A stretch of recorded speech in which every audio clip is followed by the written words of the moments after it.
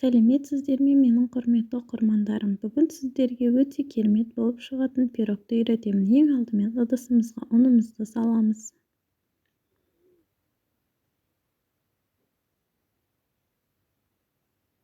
Қышымызды саламыз.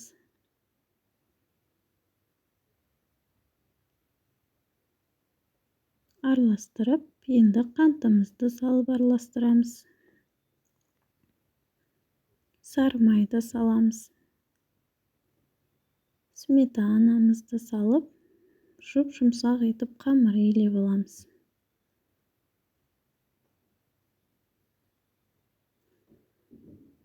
Содан соң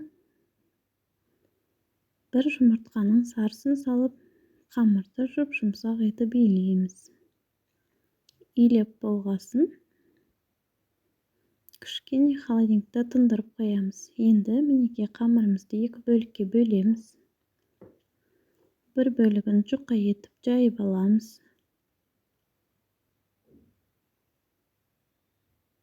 Жайып болғасын формамызға салып тегістеп аламыз.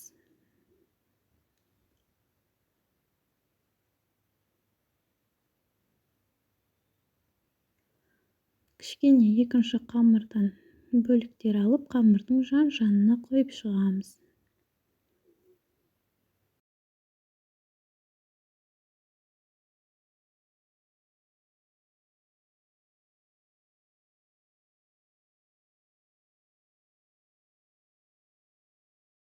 Қамырымызды жайып болғасын, енді вареный сгущенкамызды салып, жағып шығамыз 4-5 етіп. Енді орехымызды сеуіп шығамыз.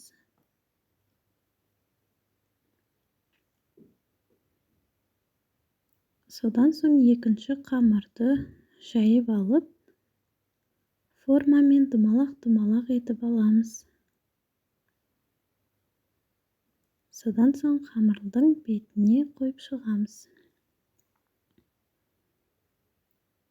Өзіңіз қалағандай етсеңіздер де болады.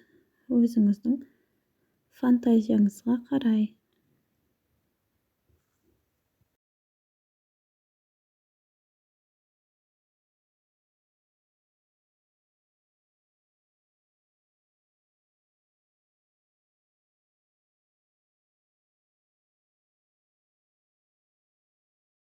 Мінекей қамырымыз осылай болып шықты. Енді қызып тұрған пеште 180 градуста пісіріп аламыз.